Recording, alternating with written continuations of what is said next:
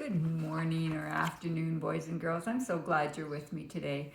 I want to read you a book called When Flowers Dance, and then we're going to talk about plant parts. I have some real plants with me, and we'll try identifying different parts of plants. And we'll talk about their needs too. But let's start with the story, okay? When Flowers Dance. This is written by Lisa Geljanik and illustrated by Michelle Hope, and it was published by LSG Publications. And it was written, a lot of authors sometimes write their book for somebody. This one was written for Nicholas and John, and there's a special message, and it says, dare to dream and never give up hope. Boys and girls, I hope that is a message for you. Dare to dream, never give up hope. We all should live like that. Let's start our story. When Flowers Dance. I'll move back a bit so you can see all the pictures at once.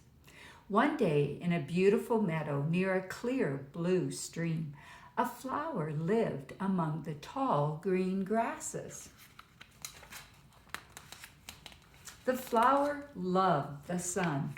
It warmed her and made her color shine so that the honeybees could find her to make their honey. She loved the rain. It cooled her when it was too hot and gave her water to drink when she was thirsty. The flower was almost happy, but somehow she felt that something was missing. She thought and thought until suddenly she knew what it was. She wanted to move. She admired the butterflies and bees as they flew from place to place, happily fluttering and buzzing in the beautiful meadow. She wished she could be like the squirrels, running and jumping from tree to tree as they chased one another and played at the edge of the forest.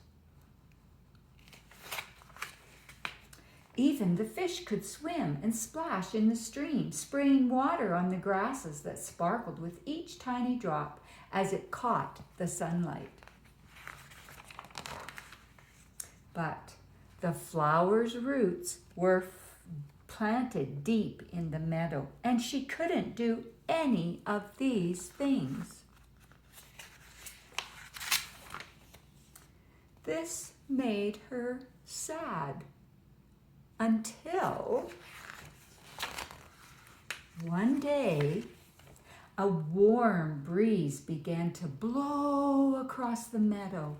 At first, it blew so softly that the flower could hardly feel it, as if it kissed her with its soft, warm breath.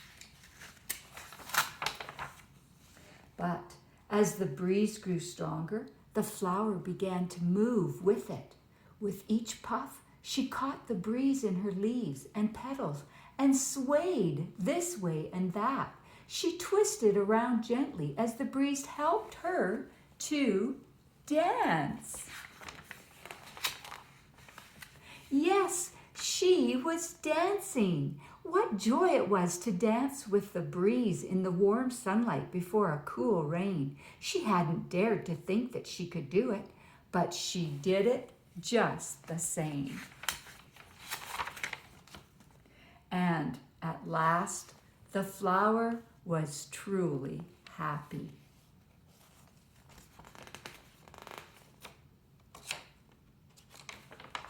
And that's the end of our story. So, boys and girls, the story talked about different things a plant needed and different parts of a plant. And I have a page that says plant parts with a box on this side, plant needs with a box on this side, and words at the bottom. Those words are seeds, sunlight, leaves, water, fruit, flower, air, soil, stem, roots. So we're going to look at some of those and decide, are they things a plant needs, or are they things that are plant parts? So let's look at this one. A flower Is it a plant need or a plant part? Yes, it's a part. So we would write that word in that part, in that rectangle on the page. What about this? Roots. Yes, that's a plant part. Soil. Is that part of a plant? No, it's something a plant needs. So it would go on the need side of that page. Leaves. Is that a part of a plant? Yes. How about seeds? Yes, that's a part of a plant too. Sunlight? No, that's not part of a plant. That's something a plant needs. How about fruit? Yes, that can be a part of a plant. Stem? Yes, plants have stems. Water? No, that's not part of a plant. It's something a plant needs to grow. And boys and girls, something else a plant needs to grow is air. All right, I want to show you a little plant. Do you know what kind of plant that is? That is an onion. So the bulb is here that was planted in the dirt. I washed the dirt off so that you could see its roots. Some of them are long, some of them are shorter, but they're all growing. After the plant bulb sends down its roots, then the stem will start to grow or sprout. Yeah, that's an onion sprout. If I put that back in the dirt, it will grow. If I leave it on my counter, what will happen to it? Yes, it will wilt and it will eventually die. That's right. I'm going to show you some more plants. Do you see this one?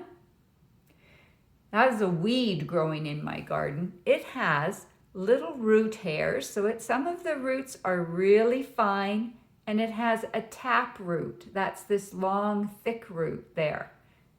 And that helps that weed to grow very, very well.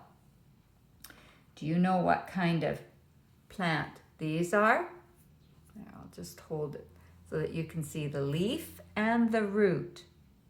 Yes, that is a dandelion. Dandelions have roots that are very, very long, and they usually just have one with a few hairs on it. And this one was broken off. It went down, way down to here, long ways. This one has two little roots. It almost looks like it's two different plants, but they're hooked together up at the top. So the leaves come out the top from the stems, and the roots go down deep into the ground. That's how the plant gets all of its nourishment, how it grows, and it collects the water. Here is another one. This one doesn't have a taproot. It has lots of little tiny roots like hairs, and they're all, because they're wet, they're all stuck together there. I'll show you this one. This one's still wet too. But you see all those fine root hairs? And then the top is the leaves. Yeah, so the roots, the stem is in the middle there, and the leaves are attached to it. Now, do you know what kind of a plant this is? Let me just spread out its roots. For that tiny little plant, it has pretty long roots. It's grass. Yeah, that is grass. The stem is white, the leaves are green, and the root parts still have a bit of dirt attached to them, so they're white and black. And I want to show you one more. This is a tiny little sprout. It just started to grow, so it has its cap seed still on top, covering the leaf that's going to show. This is a sunflower sprout. So here's the seed, and that cap right there, it sends roots down from the tip, just like you see here. Roots are sent down, and then it pushes up, and that pops up, so that part's the stem. And as soon as that cap comes off, you'll see the green leaves. Shall we pull it off and see if we can see them? There they are. Do you see that? Yeah. That is a sunflower seed just sprouted. I hope that you will grow some seeds. Put some seeds in the dirt. You don't have to have dirt to grow a seed. You can get a plastic bag, a baggie that's sealed, and you can wet a paper towel, put the paper towel in the plastic bag, and then put a seed on top of the paper towel. Then you can watch that little seed start to sprout and send roots down and a sprout up. And you can watch it because there will be no soil in the way. And that is really interesting to do. And then you can see all those plant parts. I hope you will do some planting of seeds and enjoy looking and finding seeds outside. If something is a weed, ask your mom first.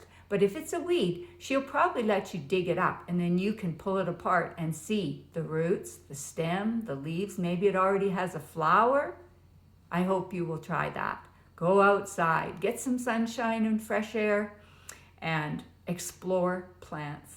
I love you. Remember, you are so important, and you are very, very special to God and to me. Have a wonderful day. Bye.